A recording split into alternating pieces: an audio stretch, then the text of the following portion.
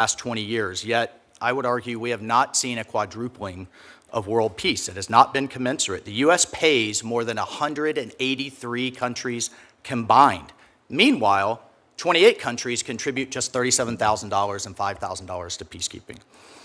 The UN has ballooned to over 80 agencies with overlapping missions that waste resources, and if confirmed, I'll push for transparency, like what we're seeing in the Secretary General's UN 80 reform plan, calling for a 20% staff cut. It's worth remembering that despite the cuts, the U.S. is by far the most generous nation in the world. And finally, the UN's radical politicization. Such reports as, quote, stolen Native American land, reports and investigations, quote, called the George Floyd mechanism, labeling American police in America as systemically racist, with input from countries like Cuba and Venezuela, it's unacceptable. Mr. Chairman, Ronald Reagan once said the UN can, quote, solve problems or spread discord. He said the choice is ours. In just 6 months, President Trump has brought dozens of hostages home, justice for our Abbey Gate Gold Star families, secured the border, denied Iran a nuclear weapon, brought ceasefires to conflicts in Africa, the Middle East, and Asia.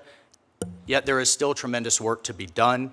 I'm confident under this president's leadership, we can continue to spread peace and prosperity, and I'm confident we can make the UN great again.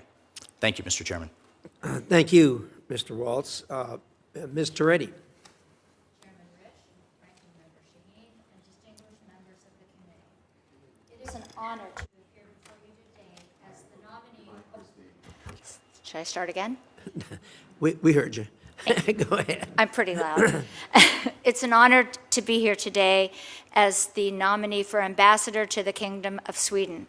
I'm deeply grateful to President Trump for the trust and honor he has placed to me with this nomination. I am committed to serving the United States with dedication and integrity, and I look forward to working closely with the esteemed committee to advance our nation's interest in Sweden.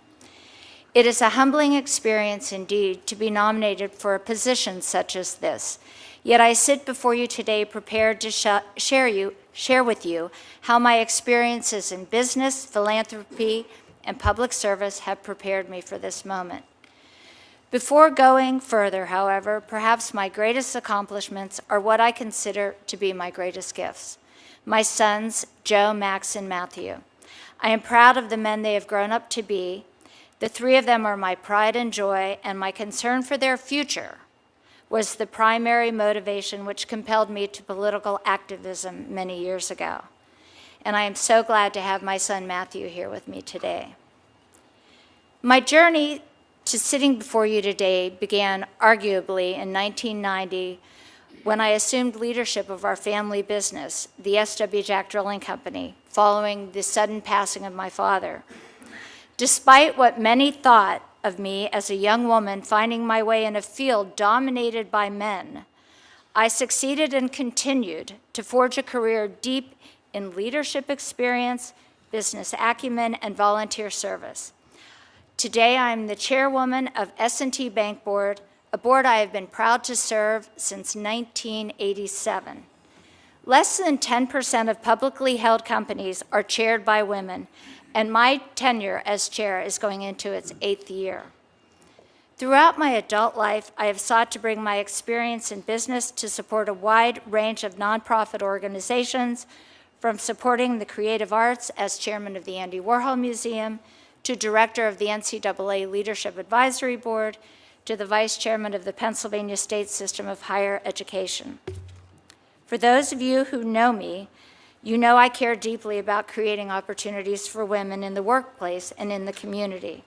I am proud to have founded numerous programs that train and nurture women in the political arena. I have lived my adult life seeking to provide women opportunities to succeed, a passion which has been a defining characteristic of my adult life. As a native of rural Pennsylvania, serving my community has always remained at the forefront. I have spearheaded many economic development projects, including the construction of an Urban Outfitters distribution center in my county, and was the inspiration for the creation of an osteopathic school in the university located in my community.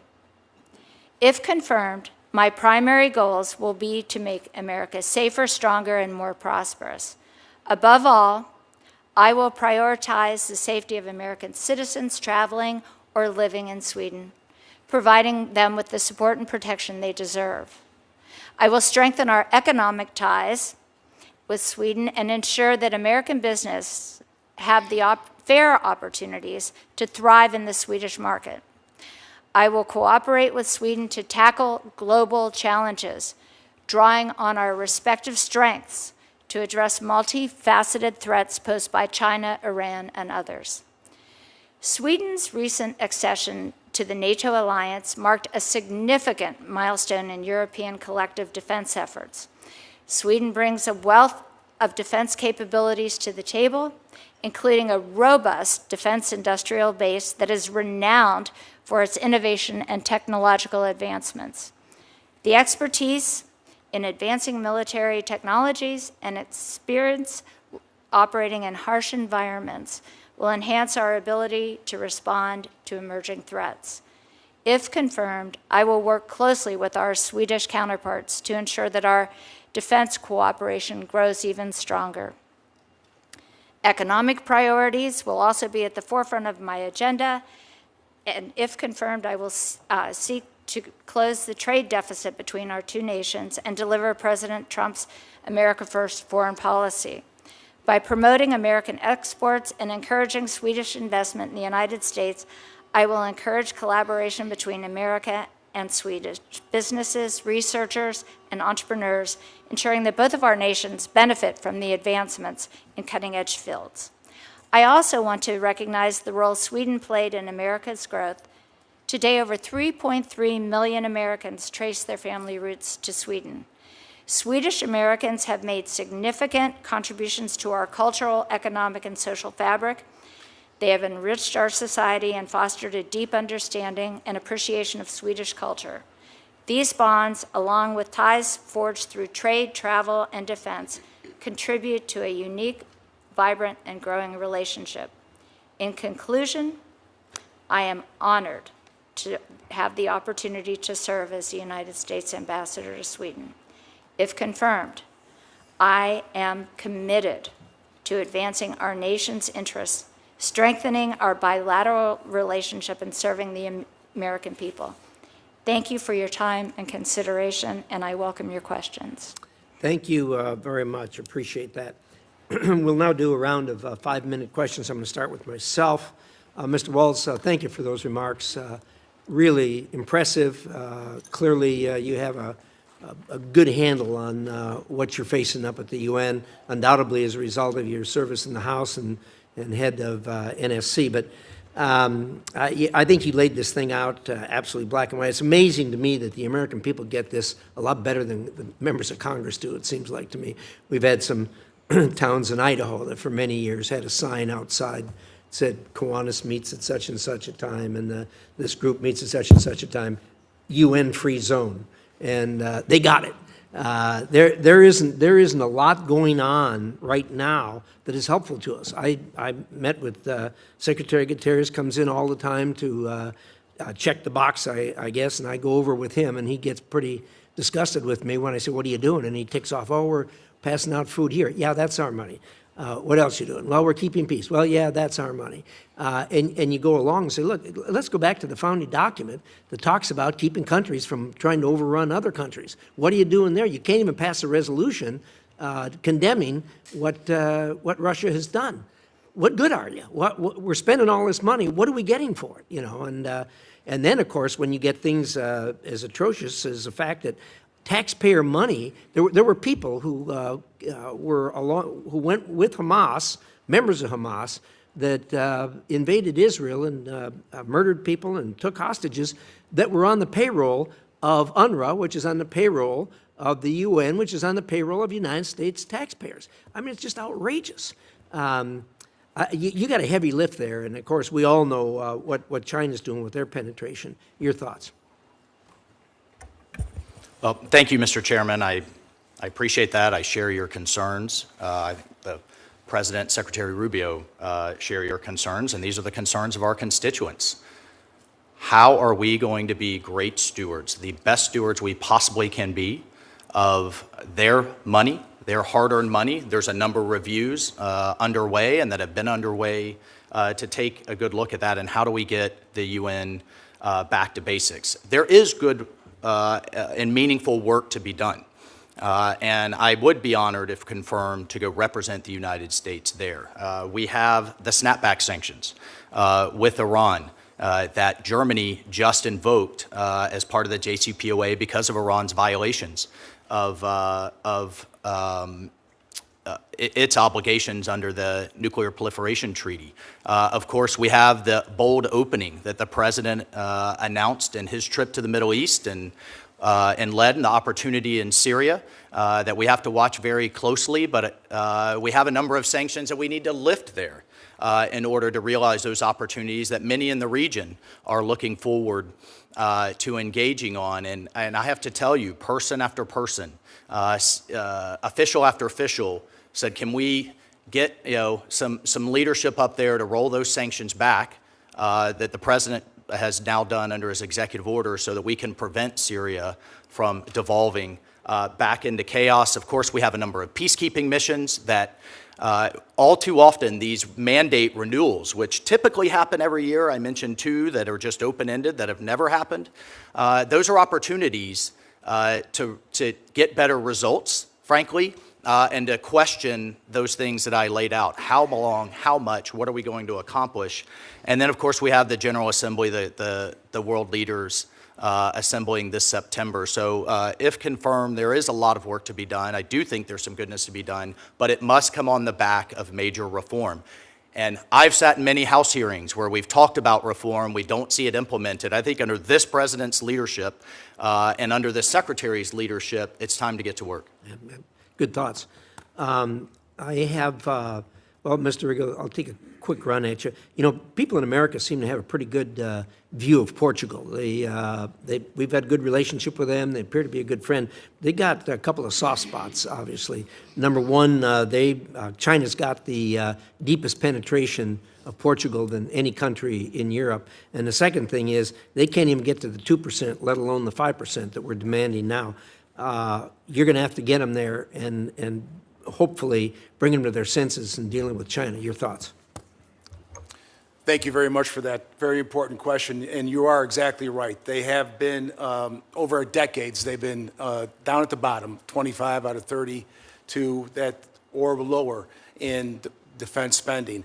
It would be my job to see if we could sit down and come to the table with the military modernization that they need so desperately. Their F-16 fleet is quite aging, and I think the F-35 program would be one of my top priorities. I believe if we could sit down and come to an agreement there, that would push them right to the top and then over on their way to the 5%.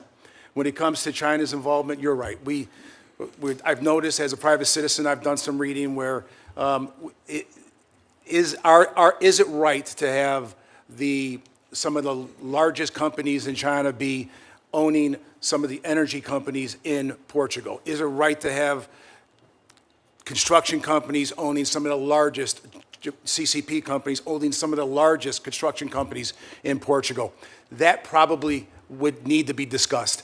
So if confirmed, I would like to sit and discuss all the threats that we have between the energy sector, the construction, and the defense spending with Portugal to get them to do their fair share. Thank you. Senator Shaheen. Thank you, Mr. Chairman. Excuse me.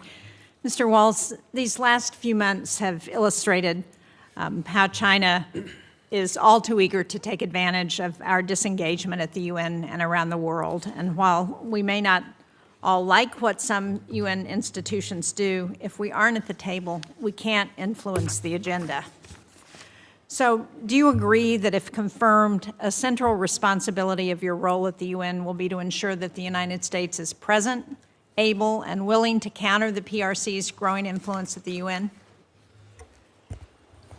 Thank you, Senator Shaheen. I appreciate the question. I agree it's absolutely critical And if confirmed, yes, I agree. I will take just a second to point out, under the first Trump administration, under the 2018 National Security Strategy, he really led the pivot, which I think pivoted the entire national security apparatus in Washington, D.C., away from the Middle East, away from counterterrorism, not as a zero sum, but to focus on the near-peer threat that China absolutely is. And then just in this administration, Secretary Rubio's first trip was down to Panama to address what we've all heard, hearing after hearing, an encroachment on the Panama Canal, a strategic waterway. Panama is now the first Latin American country in decades to back away from the Belt and Road Initiative.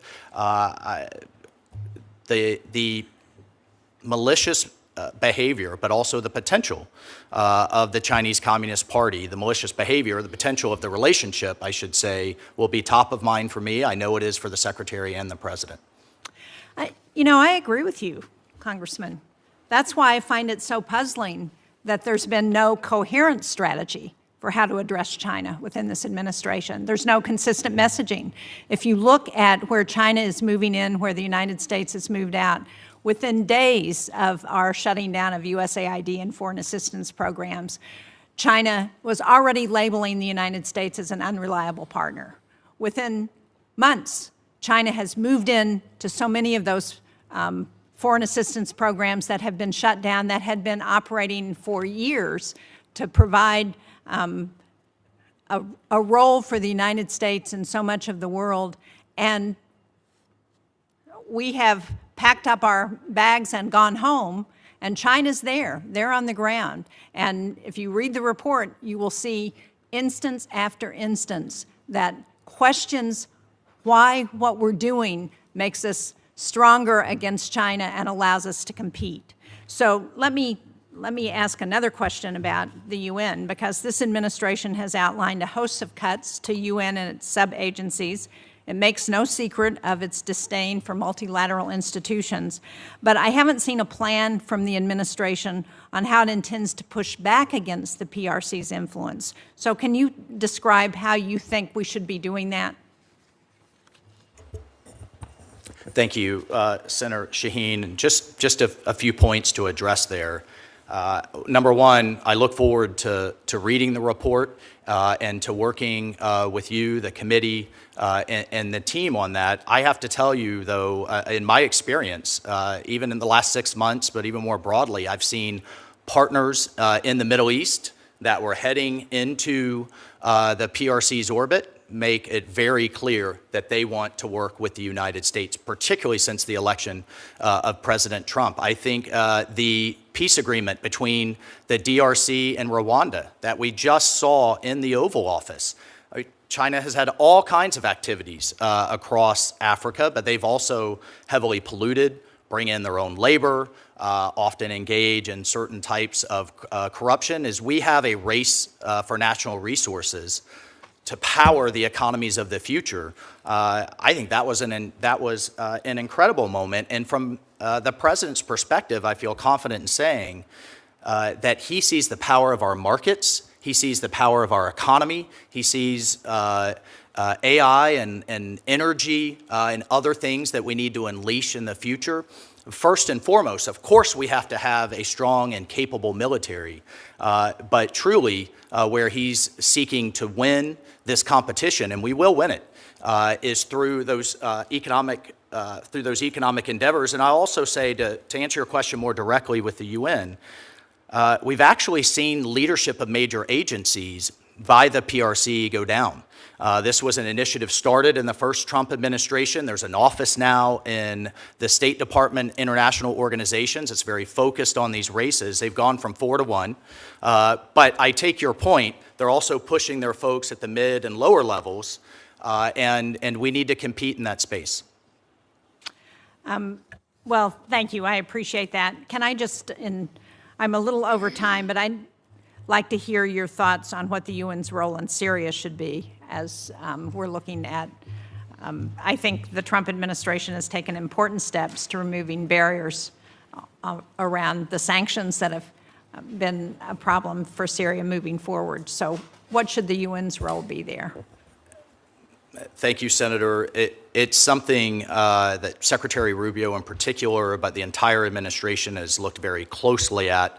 I mean, since we had the fall of the Assad regime during the transition, I actually think it was a bit of a good news bipartisan story on how everyone worked together to make what has been a bold step in the president lifting sanctions. So to answer your question directly, first and foremost, if confirmed, is to work with our allies and partners. We have literally years and layers of sanctions that were intended for the Assad regime, counter-Iranian influence, and as the Saudis, the Emiratis, our Gulf Arab allies, the Turks in particular, under the leadership of Ambassador Tom Barrack, I think there's tremendous opportunity there, but we have a moment. It almost reminds me of kind of the post-Libya phase where we have a moment that we can seize, or if Syria devolves into chaos, I think it could pull the region with it. But right now it's a moment of opportunity, and I hope to complement both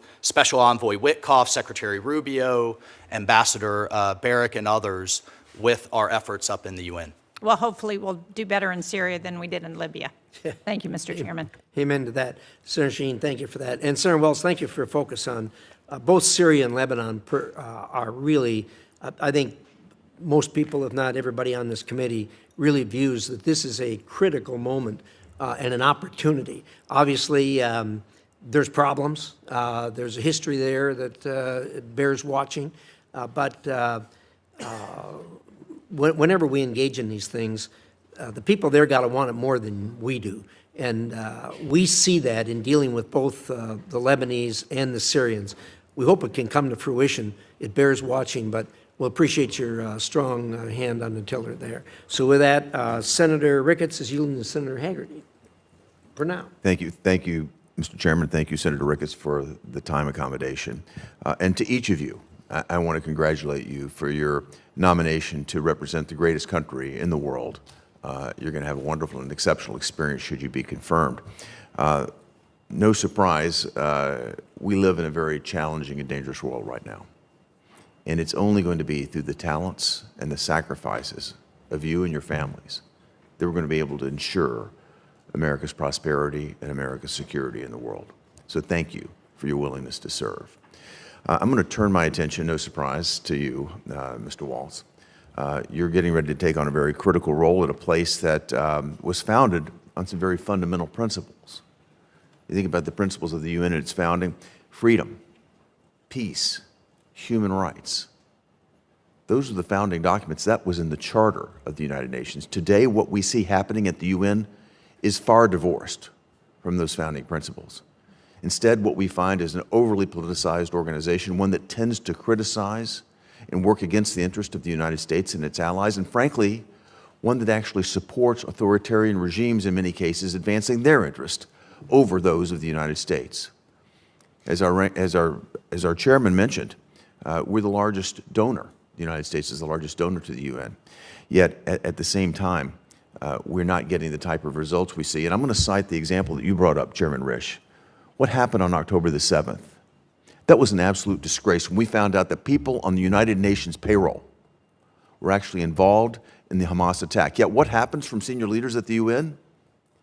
They use every opportunity they possibly can to criticize Israel. Yet at the same time, they diminish the role of their own personnel in those attacks. It's absolutely shocking to me. And what I'd like to hear from you, Mr. Waltz, is what are, a two-part question actually, what are the most important challenges you see at the UN that we face as a nation, that the United States faces at the UN? And then two, what is your intention to address those challenges? Thank you, Senator, and I certainly share those views. I think first and foremost is we need to drive reform. As I've shared with a number of you during our office visits, I understand there is concern about the president's budget request, but I see it also as a moment of opportunity. If you look at when reform has actually happened, not talked about, not the rhetoric, it is when the United States has said, you know what, we need to actually see things before the U.S. taxpayer continues to write checks. We saw it in the late 1990s with led by Senator Jesse Helms that turned into the Helms-Biden legislation. We saw it in the early 90s And that resulted in at least something approximating an inspector general, although I think we still need a heck of a lot more reform in that regard. So we need those reforms to continue forward. I do not think Secretary General Gutierrez would have his UN 80 plan already on the table if he didn't take President Trump very seriously and Secretary Rubio very seriously. And, you know, if we're looking at cutting 20% of their staff, Senator, there's over 20,000 staff just in the Secretariat. And these are in pretty expensive places like Geneva, Vienna, Rome, New York. They need to be closer to the field, and I think they need to be a lot more efficient. And I mentioned the things that are pending in terms of Syria, Lebanon, Iran, and what have you, and certainly our counter-China efforts. Those will all be top of mind. Well, I appreciate your focus on what is obviously a bloated organization, one that's missing the mark at every turn and frankly has been misguided in so many directions. I'd like to pick up on a particular point that the ranking member raised, and that has to do with China and its malign influence there at the United Nations. What I've seen China do is essentially weaponize the UN in certain instances to be able to advance their own ambitions, to be able to do this, frankly, at the expense of the United States interests. And again, I'd like to hear what your thoughts are in terms of what you might do to specifically address China's malign influence and make certain that the United States interests are held in priority. Thank you, Senator. Absolutely. I think first and foremost, as I mentioned in my opening remarks, the favoritism that the second largest economy and our competitor receives by being treated as a developing country. One, it aligns with the G77, which is a collection of countries, many of whom actually are top recipients of U.S. aid, except their voting coincidence rate with us is at the bottom. Two, for example, the World Bank classifies China as an upper middle-income country for the past 15 years. They continue to make concessionary loans to China funded by the U.S. taxpayer. That's one of a number of examples. They're pursuing an AI agenda. I don't know. I mean, we always have to keep our sovereignty in mind. I think that's a place where we can engage, and we certainly need to block and tackle in these forums. Well, we look forward to working with you, and I want to thank Senator Ricketts for allowing me to move forward in time. Thank you, Mr. Chairman. Thank you, Senator Hagerty. Senator Merkley. Well, thank you very much, Mr. Chair, and it's a pleasure to have you all here. And certainly, the United Nations is a chance to be surrounded by diplomats from other nations to enhance the conversation about challenging world circumstances. So it's a critical part of our foreign policy efforts. I wanted to mention a couple different issues. One is that Secretary Rubio, as a senator, worked together with me on the Uyghur Forced Labor Prevention Act. It has been effective unlike no other measure in the world because of a rebuttable presumption that goods made from certain parts of China are in fact made of slave labor. So we've rejected many, many products. The challenge of this is that they're simply re-exported to other nations, particularly to Canada, if they're coming in on the west coast of the United States.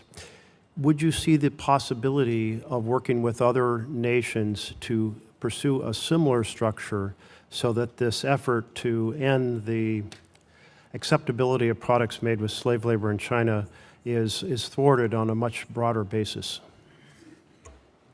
Thank you for the question, Senator, and I think it's an incredibly difficult, in many ways, heartbreaking issue. A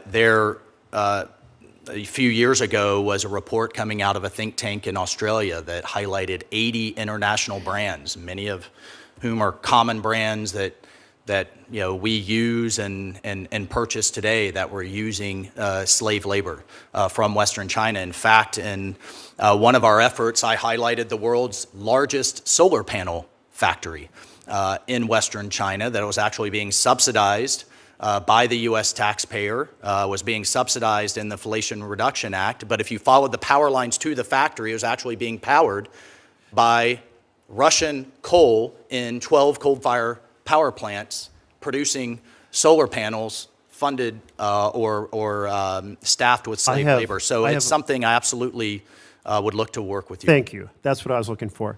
I have several questions, so I wanted you were working towards a yes with great background. Thank you. Second of all, Taiwan. is an area I've had a lot of concern and have been engaged in as the Democratic lead on the China Commission. We've held a lot of hearings on it. China has blocked their participation in many international organizations, including various agencies within the UN. Do you see some opportunity to press for Taiwan to have greater representation and voice on some of those UN bodies? Senator, I support, the United States supports Taiwan's meaningful participation in international organizations. As you know, we have longstanding One China policy. It's governed by the Taiwan Relations Act, the 3 communiques, and the 6 assurances. And unless directed otherwise, that is the policy I will execute if confirmed as ambassador to the UN. Thank you. And I do think even apart from the UN, there's other international bodies that we could advocate for Taiwan to have a voice in. And it would be a well-received indirect message of our support for Taiwan on the broader issues of security. Turning to Iran, a week ago, the president said, I'll tell you that in my view, I hope it's over. I think Iran wants to meet. I think they want to make peace, and I'm all for it. It seems like there's a win-win opportunity here. Iran has said it doesn't want to pursue a nuclear weapon, and our intelligence has confirmed that.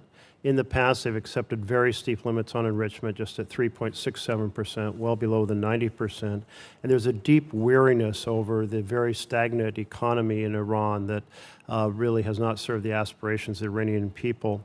So there is a framework and a possibility for an enduring peace in which Iran is nuclear weapon free.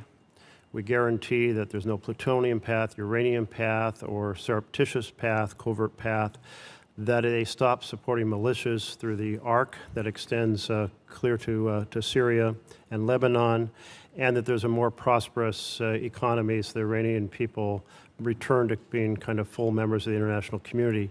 You mentioned that Germany, but also United Kingdom and France have all said they're going to snap back on JCPOA. Can you use, will you work to utilize your role at the United Nations to find this win-win solution to the situation with Iran? Yep. Thank you, Senator. And when I, just to clarify, when I mentioned Germany, my understanding is Germany is actually, as part of the E3, has actually triggered the mechanism. As you know, there is a multi-week cure period and then another 30-day period before the snapback provisions expire on October 18th. So if confirmed, yes, I would fully engage in that process and have been working with our allies, as has Special Envoy Witkoff and Secretary Rubio. To Iran, I mean, first and foremost, I think we need to recognize and thank our amazing B-2 pilots, everything and everyone that worked with them, from maintainers, refuelers, to the intelligence community, to make sure Iran can never have a nuclear weapon, which the president has been clear on his goal for quite some time. In terms of negotiations, the president has made it very clear that he hopes for a better future for the Iranian people. I think we all do. And we engaged in diplomacy, working with our partners in Oman, but we also made it very clear that they could not have a domestic enrichment capability. If they want to have a 1-2-3 agreement like our allies in the UAE, if they want to buy material, if they want to have a civil program, I think that's again, until directed otherwise, that is absolutely on the table. So this is a moment with Syria, with Lebanon, with the Abraham Accords, that I think we could see prosperity, but the regime has to make a decision to move away from its desire to have a nuclear weapon. Thank you. My time is out. Thank you. Thank you, Senator. Thank you much, Mr. Waltz. You're correct. The problem is not with the Iranian people. The problem's with the Iranian regime. We wish they could move away from that. In any event, Senator Ricketts, you're up. Great. Thank you, Mr. Chairman. Thank you to all of our nominees, and congratulations on your nomination, and thank you for your willingness to serve our great nation. Mr. Waltz, I'm just going to go pick up with where Senator Merkley left off. You mentioned that Germany has triggered the snapback sanctions. My team was just doing some quick research to try and find that. We couldn't find any mention of that right offhand, but it is hugely important that the E3 get those snapback sanctions. You know, the air campaign by Israel and the successful attack by, as you mentioned, our bombers to be able to hit those key nuclear facilities was really, really important in hampering Iran's ability to have a nuclear enrichment program. But it's not the end of the story. We've got a lot more work to do. Iran is still out of compliance with their obligations under the JCPOA, and they are not allowing the EA inspectors to be able to get into those facilities, so they're in violation. It's absolutely critical that the E3 do those snapback functions. Will you commit to working with them to push them to get that snapback in place? And as you mentioned, that deadline of October 18th, because of the cure period you were also mentioning, it's really more like September where they really have to get this done. But as UN Ambassador, if you're confirmed, will you push them to get this done? Thank you, Senator. And if my mention of Germany was from open source reporting, so if that was an error, then that was. Well, it's good news if it's true. If it's actually, but we've also it happens. Spoken to the United Kingdom and France as well, and I have full confidence that they will work with us. We've had these conversations literally through the transition and over the last 6 months. The second executive order the president signed was to reinstitute maximum pressure on Iran, but you raise a fantastic point in that we need to get those inspectors back in there with the IAEA, and it is obviously notable that the June report from the IAEA was the first censure of Iran for its non-compliance in quite a long time. And one of the things Iran always says is they want this program for peaceful means, yet there's no reason they need to have an enrichment program to have a civilian nuclear program. 23 other nations are doing it without having enrichment facilities. We need to continue to push that the only way we can guarantee they cannot get a nuclear weapon is if they do not have an enrichment facilities. Would you agree? I would, as both the president and the secretary have said, Senator, and I think the most amazing aspect of this episode was that the president truly sought diplomacy first. He took bold and decisive action along with our ally Israel, and then immediately returned the situation right back to a ceasefire to again engage in diplomacy. So when President Trump says he puts diplomacy first, I've seen it firsthand, and I would be honored if confirmed to continue to participate in it. Well, let's talk about one of our best friends in the Middle East. Certainly is Israel. And you mentioned in your opening remarks the anti-Semitism that is just rampant in the United Nations. And I think you gave the stat that there were more resolutions targeting Israel than all other nations combined by double. And it's just stunning what the United Nations has done. So as the UN ambassador, if you're confirmed, what specific actions can you take to shut down this anti-Semitism at the UN and the anti-Israeli basis?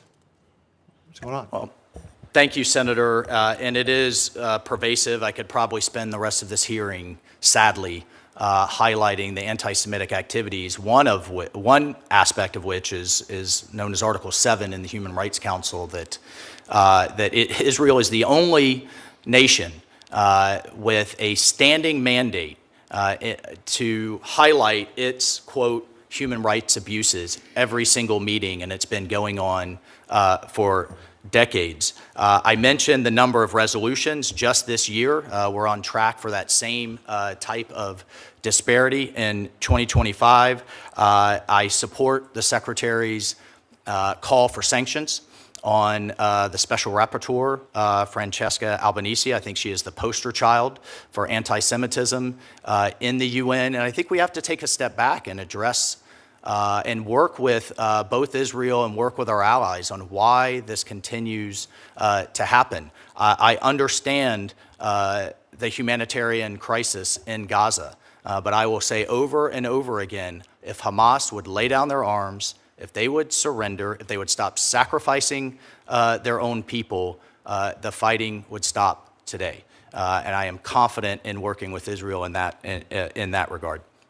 Well, I think your last point was spot on, and I have seen nothing out of the UN calling on Hamas to surrender, because that is exactly how this conflict would end, and the people in Gaza would be able to start looking for a better way of life once that terrorist organization surrenders.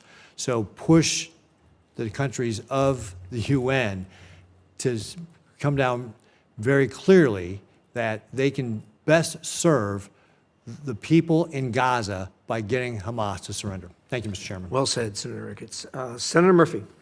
Thank you very much, Mr. Chairman. Thank you all for being here. Mr. Waltz, the UN doesn't have a conventional army. It's got peacekeepers, but there's no aircraft carriers. There's no air force. This is a place where smart power matters, right? This is a place where we invest in things like diplomacy and humanitarian aid and economic development to try to stabilize the world. I think what worries me about your fit for this position is that while you were at the National Security Council, you oversaw the dismantling of many of our most important smart power tools in the U.S. foreign policy toolkit. A lot of conversation has happened on this committee about what has happened to USAID, our ability to influence the world through economic development and humanitarian assistance, but not as much conversation has happened about the attempted destruction, I think led by an NSC process, of our information and media operations around the world. This administration, while you were at the NSC, essentially shut down USAGM, which is the umbrella agency for our global media operations, fired 92% of the staff, announced plans to shut down Radio Free Europe and Voice of America. That they're only open today because of court orders. The administration does not support the Global Engagement Center, which is also now shut down, which was the State Department's ability to try to work with partners around the world to counter Chinese propaganda and Russian propaganda. I mean, listen, we were already having circles run around us by Russia and by China predominantly, even before the administration went forward with this essential destruction of our existing information and counter-propaganda capacity. So maybe just share with me, while you were National Security Advisor, why did you believe that it advanced U.S. national security interests to shut down our most important agencies that try to win the information war, which is a war that, whether we like it or not, exists in this world, and we're not fighting it today while our adversaries are? Thank you for the question, and I think we're in violent agreement that we have to win the information war. We may have a disagreement on the best way to do that. What we did not see were the metrics or the actual results. As you mentioned, we have we're getting, in many ways outpaced in the information space. Yet for decades, we've had these entities that have become expensive and have become quite bloated. I think the best way to block and tackle our adversaries abroad is through our amazing private sector, through innovation, through what we're seeing in our leadership role in AI and in other spaces. And so as the president, as the secretary looked across the interagency and those entities, they made those decisions. But the private sector isn't going to fight Russian and Chinese propaganda around the world, right? I mean, that has to be an essential function of U.S. national security policy, correct? Well, what they are going to do is show the power of free markets, the power of entrepreneurship, and show really the power of the U.S. In terms of a free society and with our values. We're going to rely on frankly, but I don't think I think we're actually Disney? I think we're actually more aligned than what you think. And what we were looking at is the actual effectiveness.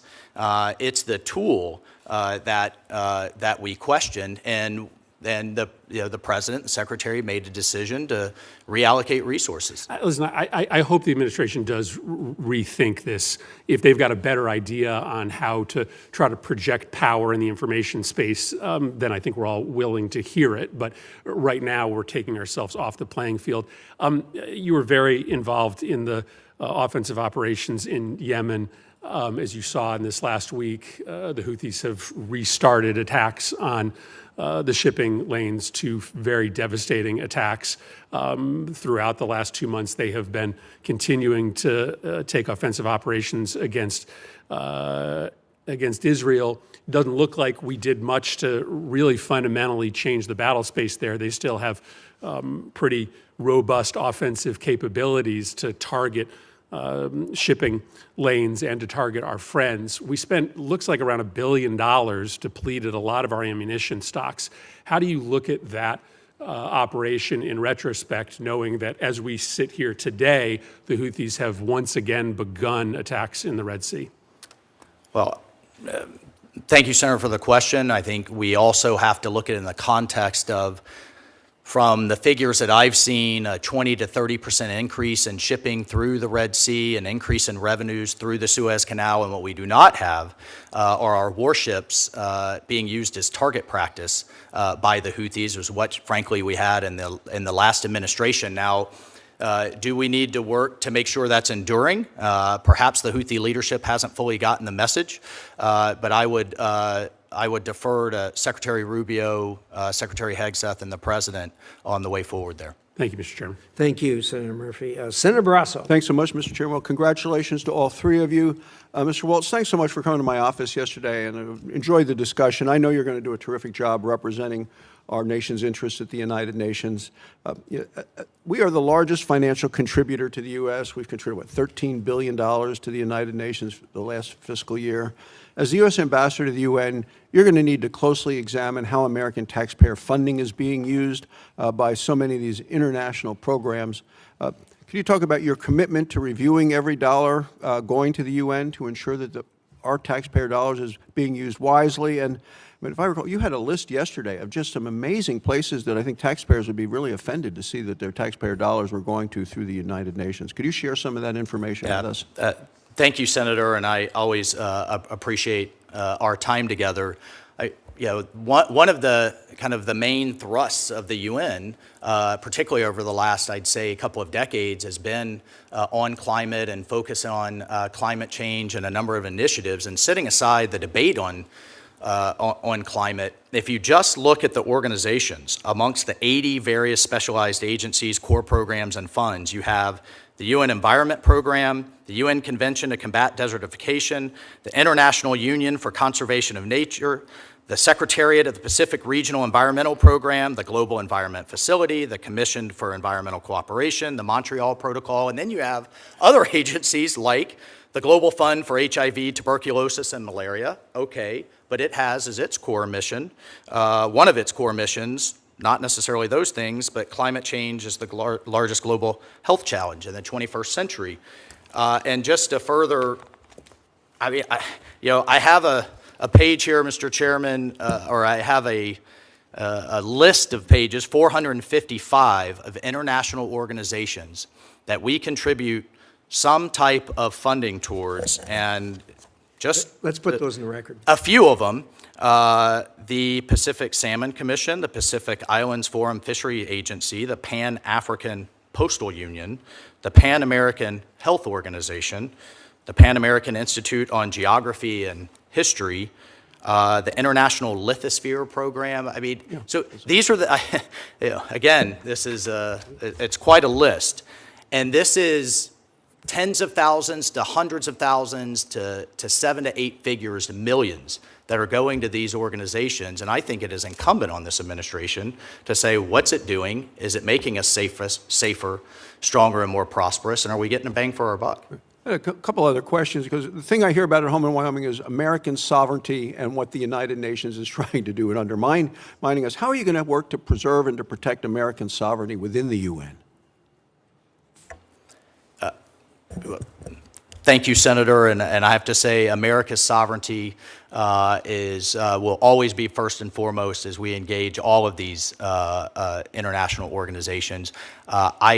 I think we need to weigh the pros and cons of which organizations we engage, and I think that will be a robust discussion with this committee and with the administration. But to the extent that we do, our sovereignty, our people, our bosses will be first and foremost and top of mind.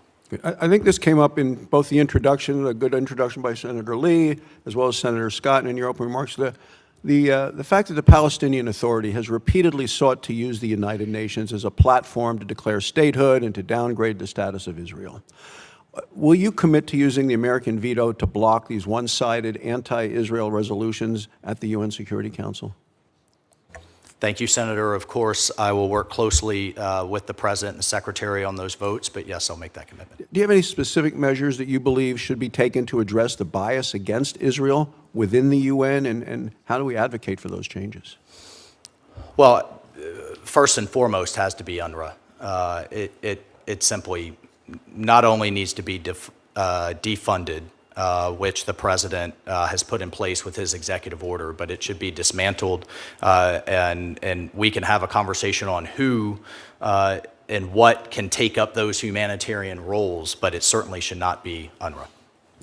And then in terms of the selecting a new Secretary General after this term expires, is that something I imagine you'd be very much involved in and perhaps could use some of those same plans in terms of what we need to do there? So the Secretary General's term will expire at the end of next year. My understanding is kind of the race, so to speak, and the campaigning for that will start this fall, and I'll certainly commit to work with you and others to make sure that we have someone in line with our interests. So, Mr. Chairman, I'd suggest that make sure we have somebody representing the United States at the UN with this nominee by that time, with that all those activities begin.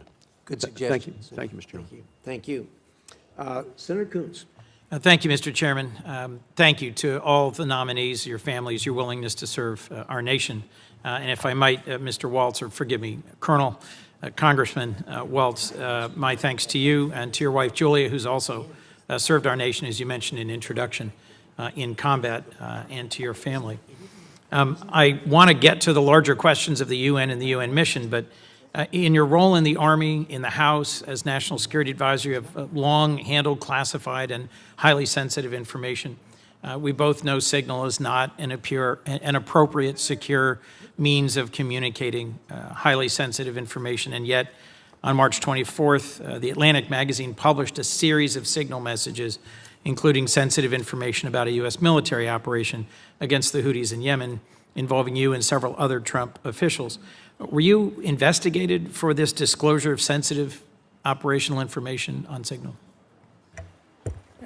Thank you, Senator. And that engagement was driven by and recommended by the Cyber Security Infrastructure Security Agency, by the Biden administration, CISA guidance. I'm sorry. And I have here, well, just the use of Signal. Share information on Signal? The use of, no, excuse me, the use of Signal is not only as an encrypted app, is not only authorized, it was recommended in Biden's, the Biden era CISA guidance. And in fact, if you just, it says here, I'll read it to you.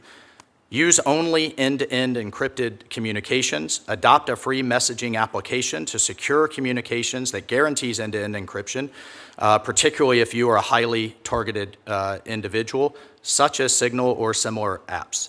CISA recommends end-to-end encryption messaging on both government and personal devices.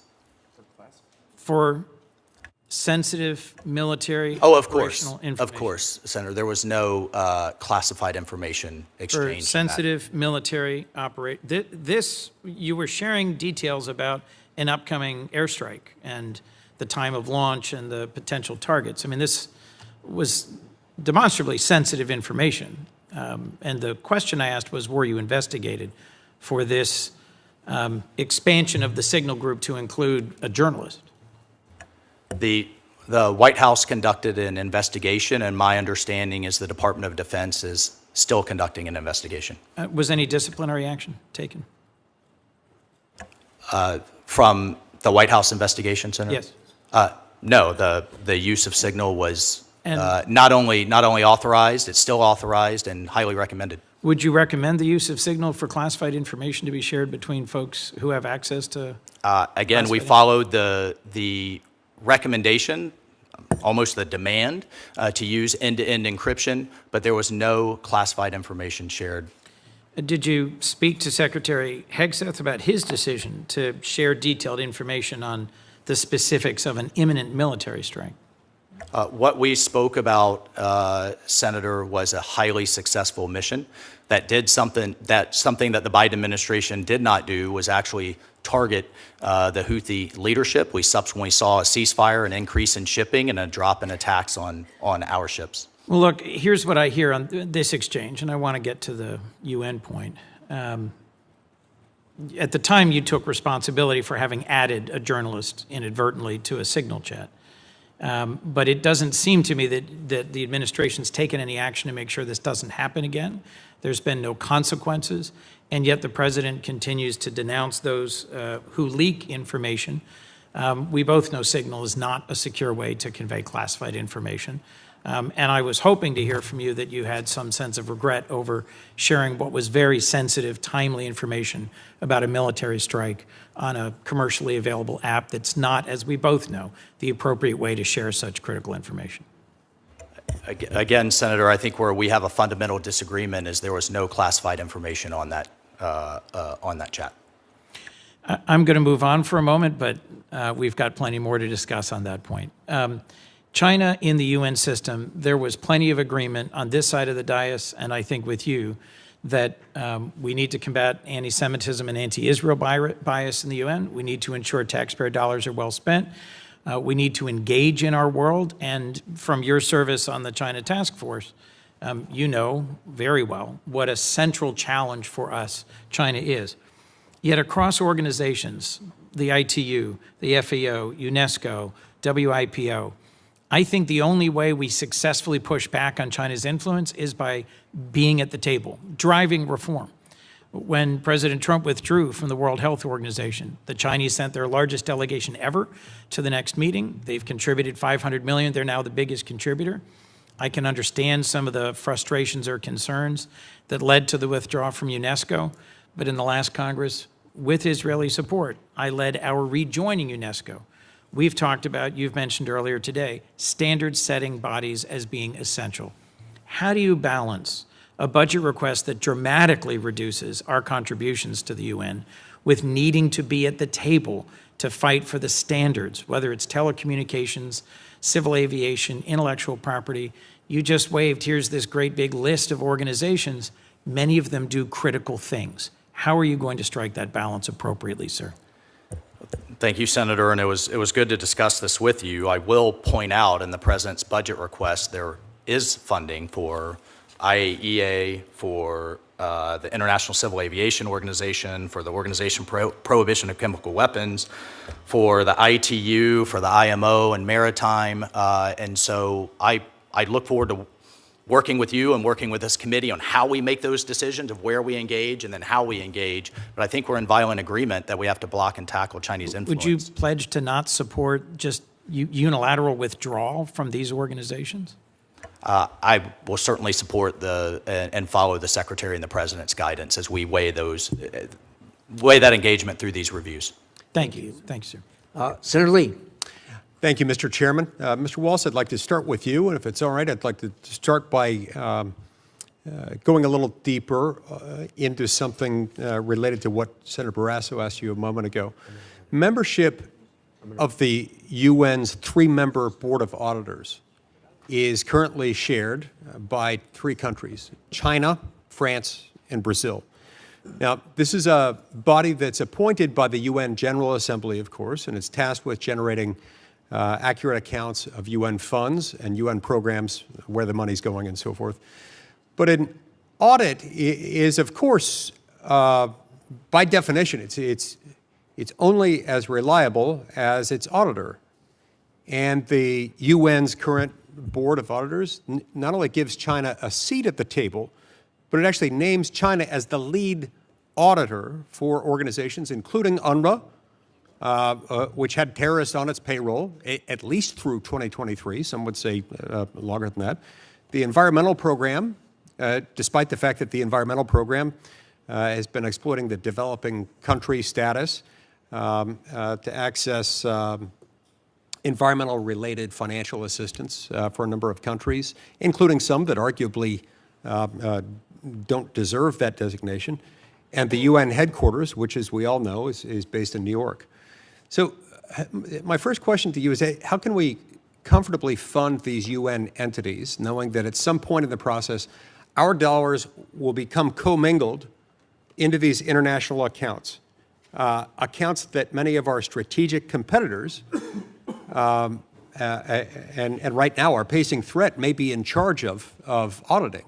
How do we deal with that? Thank you, Senator Lee, and again, thank you for the kind introduction earlier. I share the concern. If, again, as I take as a first principle, sitting down with my, firefighters, welders, and small business owners and saying, look them in the eye and saying, I know exactly where your dollar's going and it's being well spent. I don't think we could say that at this point. And if it's, it's one thing for it to come out of their hands into the federal government. Then it goes from the federal government over to a multinational entity. Then it goes down to an agency, 15 of whom have their own separate boards and separate agendas. And then I know something that's important to the chairman and a number of you, then it gets, in some cases, commingled with other international, like the African Union. Of course, we don't know exactly where it's going. I pointed out earlier, in the early 90s, actually in the Clinton administration, some folks in this body said enough is enough, and we got the closest thing we have, the Office of Internal Oversight and Investigation. It's the closest thing that there is to an IG, right, but it still reports to itself. It's not truly independent, and it's not necessarily just on the money side. If you have whistleblowers that say there's fraud, waste, and abuse, it basically comes back to itself, or even things like sexual abuse out in the UN's peacekeeping forces. Right. We need an actual independent entity that we all have confidence in to understand where this money and other nefarious activities are happening. Right. And then it becomes sort of like a self-licking ice cream cone. The self-auditing rogue actor within the UN is not necessarily one to be trusted. The UN's budget has gone from $15 billion to $65 billion in the last 20 years, and I don't think we're getting the commensurate return on our dollar. Now oftentimes the U.S. has, or at times when the U.S. has considered UN reforms, the conversation is centered on problematic entities and U.S. contributions, which are necessary factors, but don't necessarily capture the full universe of options available to us to translate into leverage and influence at the UN. Decades ago, at the direction of Congress, the State Department started producing an annual report on UN voting practices. This has occurred since 1983, so about 42 years. This has been going on. The report demonstrates that, candidly, the U.S. is outvoted in the vast majority of cases at the UN. It's just how it turns out. Now, despite having this report at our disposal, successive administrations, administration after administration since we've had this report, they have yet to draw much of a correlation between voting coincidences at the UN and the provision of U.S. foreign aid. With the U.S. consistently providing aid to countries who actively and routinely, almost as a matter of course, oppose U.S. positions at the UN.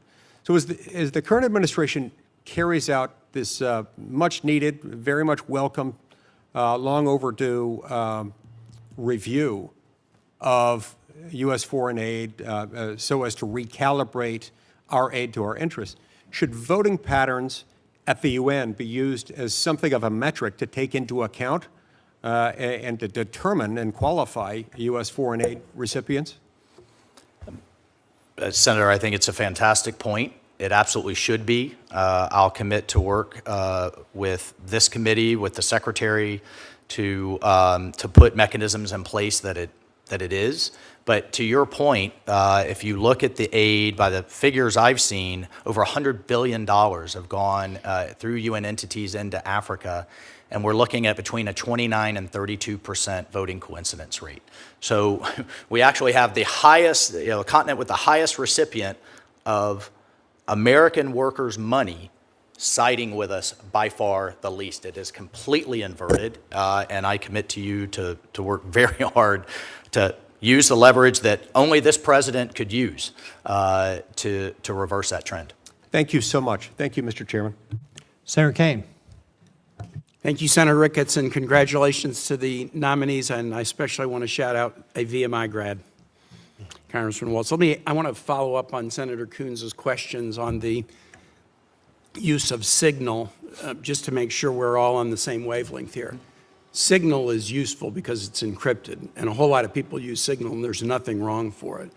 But as far as I know, Signal has not been approved for use by U.S. government officials for the sharing of classified information. Is that correct? That is correct, Senator. And you indicated... Thank you for the shout out on VMI, Raw Virginia Bell. Great institution. You indicated in your testimony that no classified information was shared, and I see nothing in the reporting about your situation to suggest that you shared classified information.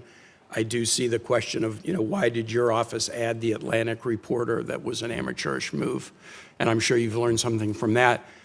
But on the question of whether classified information was shared, there are at least 2 DOD investigations. One, the DOD IG, and the second, Air Force, an investigation ongoing into whether Secretary Hegseth shared classified information. My understanding is those are ongoing. They haven't yet reached a conclusion, but they certainly haven't reached the conclusion that no classified information is shared. Am I wrong about that? Senator, thank you for the question. I shouldn't and can't comment on ongoing investigations. What I can do is echo Secretary Hegseth's testimony that no names, targets, locations, units, routes, sources, methods, no classified information from his perspective was shared. I got it. I'm sure Secretary Hegseth says he didn't share any classified information, but the fact of the matter is there are 2 investigations going on at the Pentagon precisely to determine in an objective and independent way whether classified information was shared. At a minimum, sharing attack plans with sensitive military information that shouldn't have been shared. There was an article that I just read that came out late yesterday that I would like to introduce in the record, Mr. Chair. It's the Trump administration is about to incinerate 500 tons of emergency food. It was published in The Atlantic yesterday. I'd like to introduce it in the record. Without objection. This really is a little bit more of a setup for the hearing we're going to have tomorrow with Michael Regas, but I just wanted to put it on the record so that he could be prepared to answer this question. The article suggests that 500 tons of food purchased by the United States to the tune of about $800,000 months ago that are nutritional biscuits designed to stop children from starving have been in a warehouse in Dubai for months and months and months.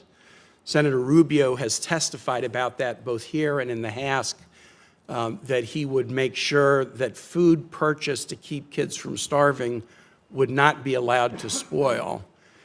The article suggests that this food is on the verge of spoliation and that the U.S. has not distributed it, but is instead planning to incinerate it. Now, I know Mr. Arrigo and Ms. Treddy have had nothing to do with this, and I assume, Representative Waltz, that this is not an issue that you've been involved in up to this point. Senator, it hasn't. Okay. Then let me ask a question that just is a values question to kind of level set. And I'll start with Mr. Arrigo, and I would just like to go across. I'm going to make a statement, and I want to ask if you agree with me or not. If the United States has purchased specialty foods designed to help kids from starving, we should deliver that food to kids rather than allow it to spoil and incinerate it. That's my view. Do you agree with me or not, Mr. Arrigo? Well, thank you very much for the question. Senator, as a private citizen, this is something I've just heard of today, and I haven't been briefed on this situation. I really don't know exactly the depth of what you're saying. So I would actually have to probably refer back to the Secretary Rubio, President Trump, and find out exactly where and what happened to this particular situation so I could answer you better. I'd hate to say something. Representative Waltz. Thank you. Senator, we should always be good stewards of the taxpayer dollars. And if it's been purchased, then I don't disagree it should be delivered. However, if you look at situations, and I think there's just more to dig into there, and I'm unaware, it's the first time hearing of it, but if you For example, I do wanna let Ms. well, in Sudan, they have real distribution problems. You know, in Gaza, there's real distribution problems. So there could be A lot of starving kids in Sudan. absolutely. Yeah. Ms. Absolutely. Toretti, how about you? What do you think? Thank you for the question, Senator. I agree with you. That does not mean that I'm judging what has happened. I'm glad that you answered unequivocally. This is such a simple question. It's such a simple question. If the U.S. has purchased food and it's to be used for the eradication of starvation among children, we should give it to children and not incinerate it. I mean, it is such a simple question. I just asked you to test your values, and I'll just go back to you, Representative Waltz, as I close. In your testimony, you asked, is our money being well spent when you talked about the United Nations? The need to be great stewards. Allowing this food to sit in a warehouse and then burn it rather than let kids eat it and survive, I know what my constituents would think about that, and I think I know what all of our constituents would think about that. I yield back. Senator Daines.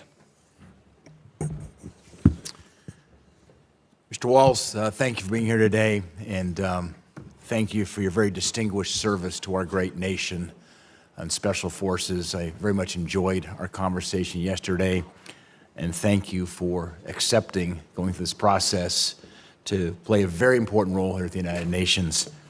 Mr. Waltz, as you know, the United Nations has become a hotbed of anti-Semitism, a hotbed of anti-Israeli sentiment. UN employees participated in the October 7th attacks, and Israeli hostages were held at UN facilities for months. The UN recently reappointed Francesca Albanese despite her repeatedly stated support for Palestinian resistance and regurgitation of anti-Israel blood libel. My question, Mr. Waltz, is you clearly have your work cut out for you at the UN. Can you tell us more about how you plan to counter the anti-Semitic influence of UN officials like Ms. Albanese? Well, thank you, Senator, and I always enjoy our engagement as well, and your advocacy for the America First agenda. I mean, just to add a couple points to your list and then to answer your question, you know, it's notable that the military leader of Hamas, Mohammed Sinwar, had an UNRWA badge on him in the tunnels of Gaza. There's indications that the World Health Organization and its hospitals, they knew that tunnels were being built underneath and knew that these hospitals were being used. And I have some of our veterans with you, have literally been shot at by terrorists hiding behind women and hiding behind children, and for Hamas to literally line the walls of its hideouts with hostages to protect its leadership is atrocious, and it should be called out at every turn. Yet, we just had to veto a resolution in the Security Council that went after Israel in what is absolutely a horrific war, and didn't even mention Hamas. And certainly didn't mention the fact that its leaders deliberately sacrifice, as a matter of strategy and tactics, deliberately sacrifice their own people in order to turn world opinion against Israel. So I think probably the easiest way to answer your question is sunlight is often the best disinfectant, and to continue to spotlight it and use not only the platform that is this position, but I think one of the best communicators in the world, which is President Trump, Secretary Rubio, and the leadership in this administration to continue to call it out. Mr. Waltz, thank you, and I'm grateful that you have moral clarity on this important issue. And certainly, as somebody who, like yourself, you have served in special operations. These are not theoretical exercises for you. You've seen the conflict between good and between evil. We talked a bit about Central Asia yesterday, Mr. Waltz. It's a vitally important region, rich in natural resources. As you mentioned, you've spent some time over there in your prior career. Much of those resources are untapped. and the region could be a valuable new partner for energy exports to Europe. The UN, unfortunately, has pushed Central Asian countries to only adopt really a radical green agenda instead of more a balanced approach of all the above energy. And these radical green development goals could hinder the growth and success of developing countries like we see in Central Asia. Mr. Waltz, how can you, as UN ambassador, ensure that Central Asia is encouraged to take advantage of its vast and considerable energy resources to foster a more sustainable and a prosperous future?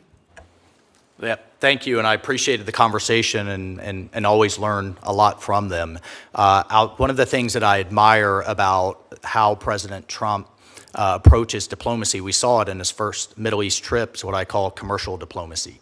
The thing that binds people together often is business. It transcends dogma. It transcends ancient ideologies. You're seeing that in the Abraham Accords. When people are talking about data centers and rail and roads, they're not talking about thousand-year-old hatreds in Central Asia in particular. I mean, going back to the old TAPI pipeline, Turkmenistan, Afghanistan, Pakistan, India, one could only imagine if that had been in place.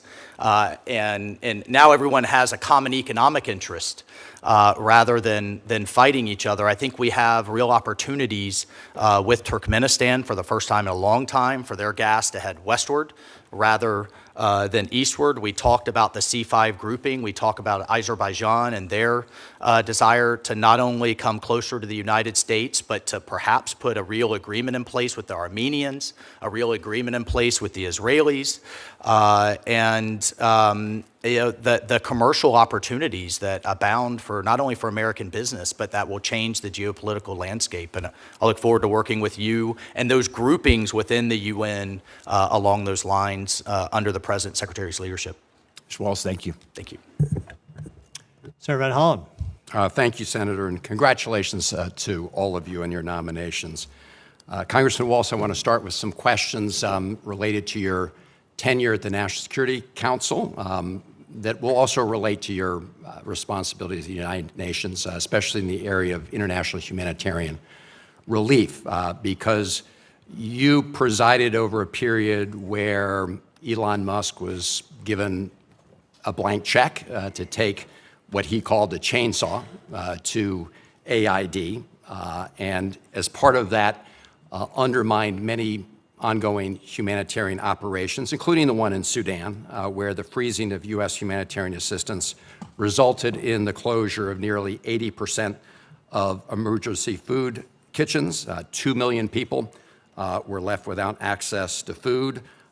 Many of them died, and that's not theoretical either.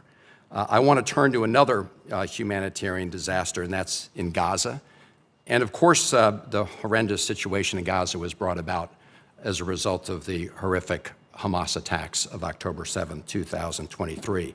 It's also true that the government of Israel has a responsibility to conduct that war in accordance with international law and humanitarian principles. For 78 days, the Netanyahu government imposed a total humanitarian blockade on Gaza, including blockade on food. I didn't hear you or President Trump or Secretary Rubio ever call upon the Netanyahu government publicly to end that blockade. The Netanyahu government then replaced the system of distribution of food through vetted international organizations, including, for example, the World Food Program that Cindy McCain heads. They replaced it with a private entity, which is supported by mercenaries, known as the Gaza Humanitarian Foundation, a real misnomer. The organization's original executive director resigned, saying that it was not possible to implement their plan while adhering to humanitarian principles. Cindy McCain said they don't have nearly enough access points and they don't have nearly enough food going in. As you probably know, it's been called a death trap. Hundreds of Palestinian civilians crowding to get food have been killed, either by the security contractors, mercenaries, or by the IDF. So my question to you is, why should American taxpayers be footing the bill, even part of the bill, in support of the so-called Gaza Humanitarian Foundation?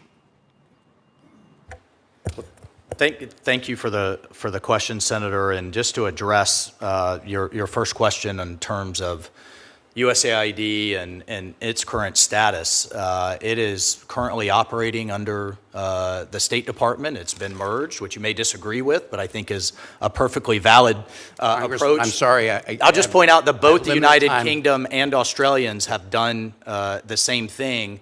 I can't tell you how many times I've talked to a Foreign Service officer or an ambassador out in the field, highly frustrated that aid was on a different page than their objectives in the country.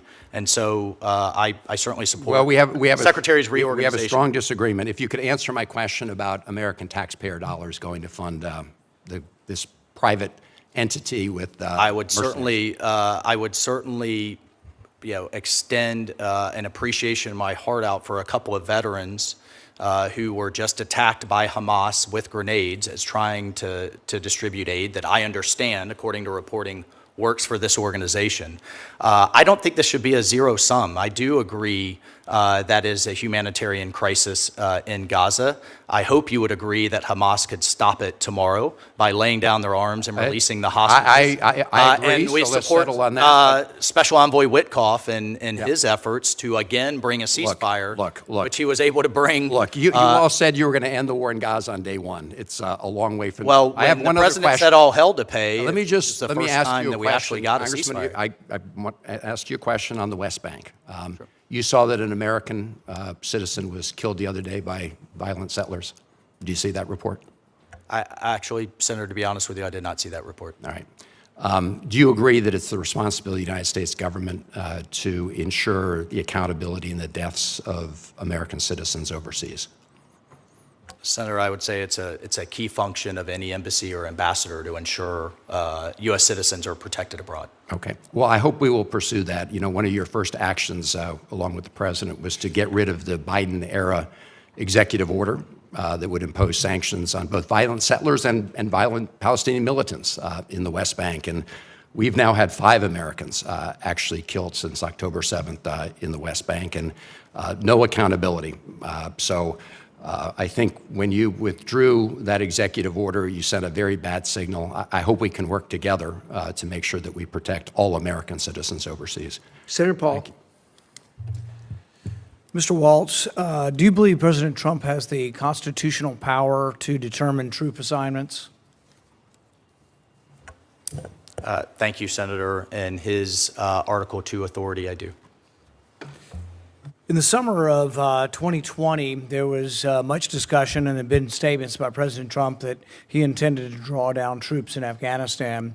You were serving on the Armed Services Committee at that time, and Liz Cheney and Jason Crow put forward an amendment. And with that amendment, they attempted to circumscribe his power to assign troops.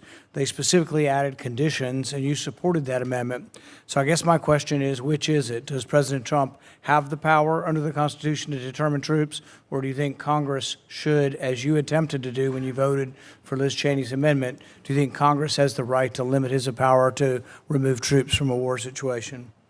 I certainly, thank you, Senator. I certainly supported President Trump's effort to draw down our forces, to keep Bagram Air Base, to keep a lid on counterterrorism, and certainly keep a powerful presence there. You voted for the Jason Crow amendment, the Liz Cheney amendment, to place restrictions on his ability to remove troops. Specifically, the amendment said he couldn't draw them down under 8,500 troops. Senator, I'll have to go back and look at the specific details of that amendment, or whether that was a broader vote. Pretty important amendment for the because it NDAA. goes to the heart of the Constitution, and this is sort of the problem and one of the things I fear. The Liz Cheney wing of the party, the neoconservatives, they believe in virtually unlimited Article 2 authority when going to war, to initiate war. There seems to be no limits. The idea that Congress should be involved with declaring war is sort of passé, it's old-fashioned. But when it comes to ending a war, you voted with Liz Cheney and the others to say that the president couldn't end the war, that he had to perform different reports. Here's what one of the reports said that he had to do before he was allowed to remove troops. This is the Cheney-Crow Amendment. required a report from President Trump concerning the status of women's access to voting, education, justice, and economic opportunities. You know, support for women's rights is great, but it's really not typically given as a reason to go to war or stay at war. And basically, the amendment you voted for based the decision on whether or not he would have to explain himself as to how well it was going for women in Afghanistan before Congress would consent. Specifically, the amendment says you wouldn't fund or allow him to move troops with DOD funds. It was an incredible amendment. I've never seen anything like this, where Congress actually voted to remove DOD funds to let the president remove troops from a war theater. Look, I'm a big fan of the limitation of presidential power on initiating war, but once we're at war, I've never really quibbled with the president's power to execute the war, to be the commander-in-chief. When you were deployed, I can't see Congress coming to Congress and saying, well, how are women's rights over there for Colonel Waltz? Should he be able to go in there or leave because, well, let's have a congressional report on this? I mean, I think that's insane, and I just don't understand how you could have voted for this. I mean, should Congress force President Trump to analyze such vague terms as justice before removing troops from a war zone? I mean, I don't understand how you could have voted for this amendment. Senator, I look forward to continuing our discussion that we had. There's a lot of room in between where we have troops and necessarily if we're at war. So, for example, we've had troops in Colombia for quite some time. They're not actively engaged in combat. They're engaged in a training mission to help that government by through our presence on the ground. Afghanistan was and one of the so rare I think times. one of the things at the time Afghanistan the president was one was of the looking rare to do times was when Congress actually had authorized. We voted for an authorization of force. It's one of the few times I can think of in recent history I would have actually supported that resolution. Congress voted to send the troops to Afghanistan to get the people who attacked us on 9/11. And yet you were willing to, in a war zone where soldiers were at war, place restrictions on the president's ability to move troops around based on women's access to voting. There's also another clause in there that said based on how well the Afghans were dealing with disabilities. Look, I have a great deal for people with disabilities. That's a big issue in our country, but it really isn't an issue of war. And to hamstring and tie President Trump's hands and say, oh, well, you can't remove, troops until we discuss how well the Afghan government is dealing with disabilities. Are they going to be able to deal with disabilities when we go? I guess it just worries me that you come more from the Liz Cheney wing of the party than the Donald Trump wing of the party. Senator, I am squarely with the president, have been with him in every single election I participated in and him with me in terms of the limits on hard power. And I can tell you for certain that people who hate war the most are the people that have to go fight them and die from them. I have many of them with me, and I never want to attend another funeral, and I certainly support the president's diplomacy first, as I know you do, approach, as we just saw in the Middle East, his commercial diplomacy that we're seeing around the world, and will do everything I can, if confirmed as ambassador of the United Nations, to keep us out of wars and to end conflicts. Senator Booker. Congressman Waltz, I've watched this hearing, and I've been really disappointed. And what's been troubling to me about your nomination from the beginning is your failure to just stand up and take accountability for mistakes that you made and that all Americans know that you've made. Everyone in this room, every one of us has made mistakes, but what America expects from leaders, especially leaders who are tasked with our national security or could be tasked with the position for which you're nominated for, is for people to stand up and just take responsibility, take accountability. But I heard you just blame Biden. I've seen you not only fail to stand up, but lie. You said about this person when you were involved in the sharing of sensitive information about imminent military operations. I've listened to you now for weeks and months. You said this journalist intentionally infiltrated that signal chain. You said that he was sucked in. You denied, deflected, and then you did something that to me really lacks integrity, is that you sought out to demean and degrade that very journalist in crass and frankly cruel ways that made him a target. That's not leadership.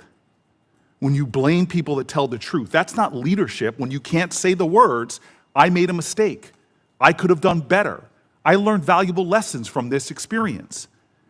Instead, at a moment where our national security was clearly compromised, you denied, you deflected, and then you demeaned and degraded those people who objectively told the truth and criticized your actions. Smearing people, attacking folks, singling them out, just furthers, it compounds what I think is disqualifying about you for this position. It also, to me, just shows profound cowardice. You should step up right now. I heard Senator Coons. I heard you being asked by Senator Kaine again and again to simply say, I was wrong. I made a mistake. I take responsibility for my actions. Unfortunately, what you're doing to me is perfectly in line with the way this administration as a whole has operated. I've never seen an administration that has made no mistakes, can't learn constructively from things they did wrong, has no sense of self-interrogation or integrity. And should they be criticized legitimately, they go on the attack. We have too much of that rhetoric, that divisive, demeaning, degrading, cruelness that's being elevated and celebrated by this administration that you seem to fall in line with. I just watched with great disappointment that even after weeks, if not months of reflection, you couldn't sit before this committee and take some responsibility and talk constructively about what's learned. Instead, you do what seems to be yet another creative tool that people are doing, which is, hey, let me just blame Biden. I want to take another moment to discuss concerns I have with this administration's approach to the United Nations and its dealings with African countries. Every country in the UN gets one vote in the General Assembly, no matter how large or small it is. So diplomacy and staffing at our State Department and their embassies really matter, but this administration has fired over 1,350 staff at the State Department, including whole offices that spearheaded multilateral affairs. Sub-Saharan Africa has alone, the member states have 49 votes. I've watched how China has done everything they can to court support at the United Nations and how we wonder why are so many countries voting against us. And I truly believe, and I've said this to the Secretary of State, that we need to start prioritizing African nations, start focusing on what I believe is urgently within our national interests, if not our national security interests. It seems to me that we are ceding and surrendering Sub-Saharan Africa to China, who is stepping up more and more and filling in the void of our leadership. So I have no questions for you, sir. I have nothing but deep disappointment in what I consider a failure of leadership on your part. God, America needs now more than ever, forget the partisanship, just people to step up and show heart and integrity and honor. When you lie, defer, deflect, demean, and degrade journalists, to me, it's absolutely unacceptable. I have no questions. I cannot support your nomination. I think you've shown a failure of leadership at a time that America especially needs people of honor to stand up and show what leadership actually is. Senator Scott. Sure. Well, first off, congratulations to each one of you for your nominations and for your individual success. So if each of you could just take a couple minutes and say, assume you get through this wonderful process and you get confirmed on the floor, which is difficult right now. What would be success at the end of your time as in these roles? Mike, you want to start?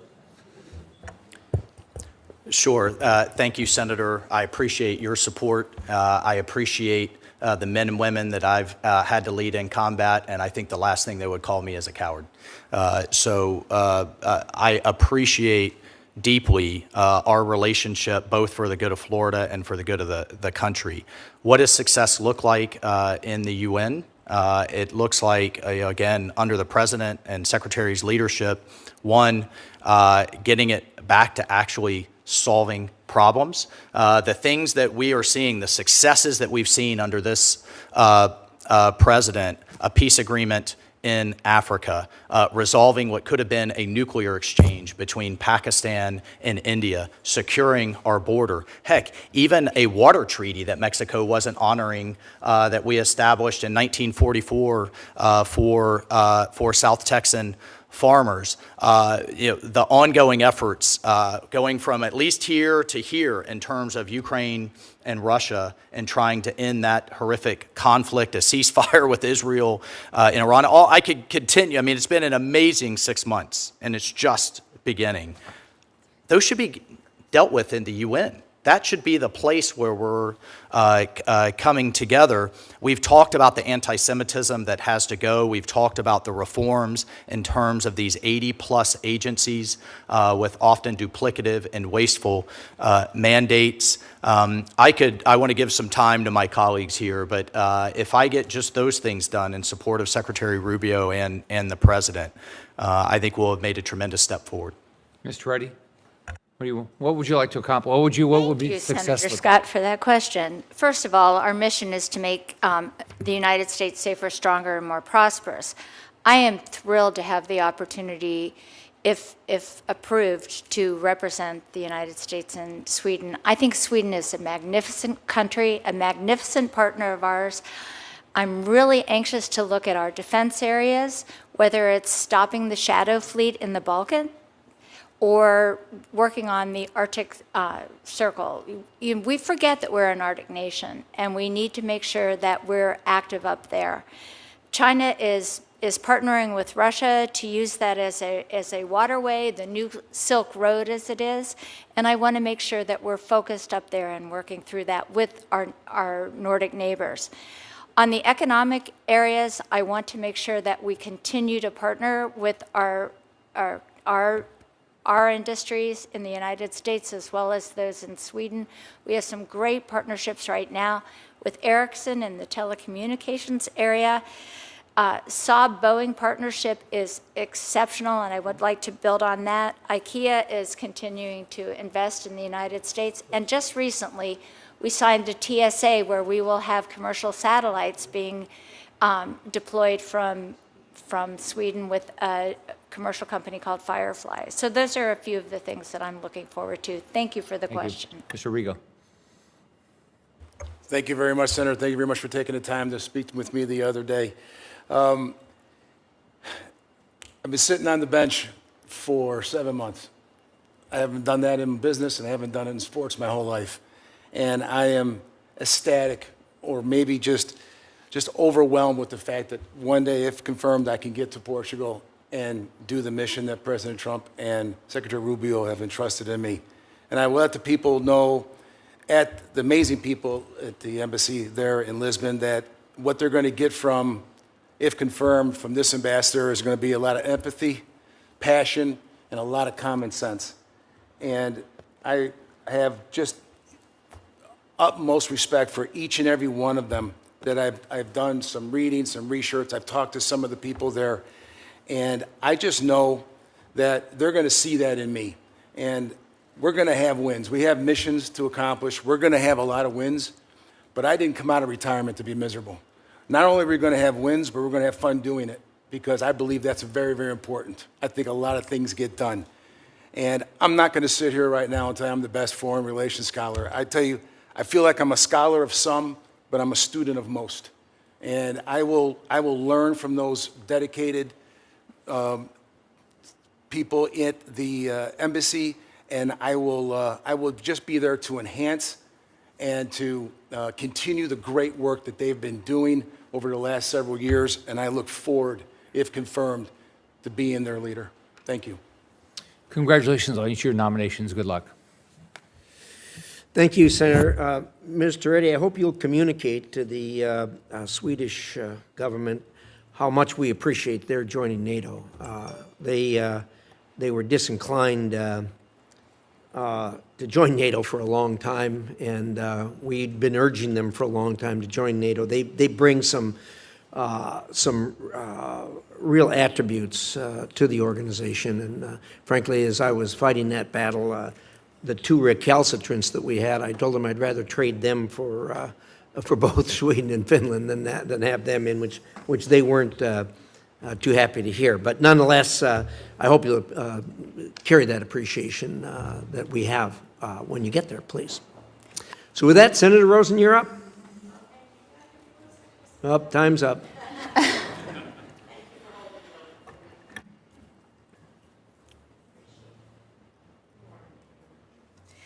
And again, thank you, Mr. Chairman. I appreciate it. But before I begin my questions, I just want to raise my deep concerns with the mass reductions in force that took place in the State Department on Friday. I find it particularly troubling that many of those who were let go worked on issues related to women, to human rights, and counterterrorism. And I do look forward to discussing this more in depth on this committee going forward. So, Congressman, I'm going to start with you because this morning it was reported, despite being removed from your role as National Security Advisor in May, removed from your role, right? Not working. Surprisingly, you've been on the White House payroll for the last few months. So throughout this hearing, you've made assertions that if confirmed, you would root out waste and unnecessary overhead at the UN. So can you confirm for us whether you've been receiving a salary from the White House since being let go at the NSA? Thank you, Senator. I was not fired. The president never said that, nor did the vice president. I was kept on as an advisor, transitioning a number of important activities, and now hope to be confirmed with the Senate's consent. So you're saying that you were not dismissed from your role, as was publicly reported, because it's also been publicly reported that you've been receiving almost $200,000 of the taxpayer money since you were dismissed from being the National Security Advisor. Well, the reporting, Senator, is fake news, which shouldn't surprise anyone. The president was clear. His announcement was, I will nominate fake news Mr. can't Waltz, be the and then answer the to vice president everything. was quite clear. So we're going to move on to UNESCO because we got a lot to talk about there. Undoubtedly, UNESCO has its flaws, including the history of anti-Israel bias. But the U.S. has also played a key role in defending Israel at the UN agency. So the U.S. has called for votes against unbalanced resolutions and supported efforts that promote international Holocaust education, press freedom, literacy programs, scientific innovation, and protect and restore cultural heritage sites. Since rejoining UNESCO in 2023, the U.S. has also successfully included references to Hamas's October 7th terrorist attack and the plight of the hostages in UNESCO documents. However, during periods of U.S. withdrawal from UNESCO, China has stepped up its own engagement, becoming UNESCO's largest financial contributor and using this platform to push its own priorities. We know they are contrary to ours. So, Congressman, how might maintaining our presence at UNESCO support its work on U.S. priorities like Holocaust education, press freedom, all of the other things that I just mentioned, while ensuring that the PRC does not continue to expand its influence within the body? And how can our membership in UNESCO continue to provide us that platform for countering any future anti-Israel actions and, I would say, terrorism overall? Thank you, Congressman. Thank you, Senator, and I certainly support, as I mentioned to the ranking member, any initiative to block and tackle Chinese Communist Party influence throughout any of these organizations. However, I do think we have to review closely our membership in these organizations, if we're getting return for the taxpayer dollars, if they're in line with our interests. Would you recommend? As you know, in the first term, we withdrew from UNESCO. Under President Reagan, we renewed from UNESCO, and often it's been incredibly unhelpful to both Israel and the United States Do you think on the world stage. Recommend to Secretary Rubio we withdraw from UNESCO? If confirmed, I'll engage with Secretary Rubio and participate in that review, but as you know, it's currently under review. Thank you. Let's see, because yes. So I'm sorry, withdrawing from UNESCO, I want to go back to that because Order 14199 mandates a review of the United States participation in UNESCO and explicitly requires a U.S. ambassador to the UN consult with the Secretary of State. So we'll look forward to that report from you on that. I do have some questions about women in Ukraine, but I know that, Senator Barrasso's here, so that's fine. You were kind enough to leave it open. Appreciate that. We've had a good hearing. Thank you to our witnesses for being here. And I'm going to keep the record open until close of business tomorrow for questions for the record, which if you get, I appreciate if you would answer them promptly. Further We have not. Again, thank you to you and your families for your gracious willingness to serve your country. And we have letters we've received in support of the witnesses, which I will order included in the record. With that, the hearing's adjourned.